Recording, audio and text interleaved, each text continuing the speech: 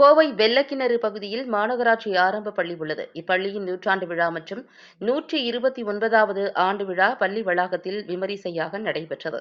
இந்நிகழ்ச்சிக்கு 2வது வார்டு மாமன்ற உறுப்பினர் புஷ்பமணி அருள்குமார் தலைமை வகித்தார். பள்ளி பொறுப்பு தலைமை ஆசிரியர் தெய்வசிகாமணி அனைவரையும் வரவேற்றார். இடைநிலை ஆசிரியர் சுமித்ரா ஆண்டறிக்கை வாசித்தார். இடைநிலை ஆசிரியர் சுகிர்தலா நூற்றாண்டு உறுதிமொழி வாசித்தார். சர்க்கார் சாமக்குளம் வட்டார கல்வி அலுவலர் ரமேஷ் பாபு, கோவை மாநகராட்சி மேற்பார்வையாளர் சிவசாமி, பெற்றோர் ஆசிரியர் கழக தலைவர் வேணா பழனியப்பன், வெள்ளக்கிணர் ஆறுமுகம் சன்ஸ் சிவசுப்பிரமணியம், பகுதி செயலாளர் அருள்குமார், டாக்டர் பூவாத்தாள் ஆகியோர் முன்னிலை வகித்தனர். சிறப்பு அழைப்பாளர்களாக கோவை தமிழ்நாடு வேளாண்மை பல்கலைக்கழக துணைவேந்தர் கீதாலட்சுமி, கோயம்புத்தூர் மண்டல மையம், தமிழ்நாடு மாநில நீதித்துறை பயிலகம் துணை இயக்குநர் நீதிபதி ரிஷி ரோஷன் ஆகியோர் கலந்து கொண்டு நூற்றாண்டு சுடர் ஏற்றி வைத்து சிறப்புரையாற்றி பள்ளியில் பல்வேறு போட்டிகளில் வெற்றி பெற்ற மாணவ மாணவிகளுக்கு பரிசுகள் வழங்கி பாராட்டினர். தொடர்ந்து முன்னாள் ஆசிரியர்கள் மற்றும் முன்னாள் மாணவர்கள் நடராஜன், சம்பத், சிவசாமி, ஆறுசாமி, செந்தில்குமார், கணேசமூர்த்தி, அருள்குமார், சண்முகம், திவ்யா ராணி, தனலட்சுமி, பன்னீர்செல்வம், காளிசாமி உள்ளிட்டோர் வாழ்த்துரை வழங்கினர்.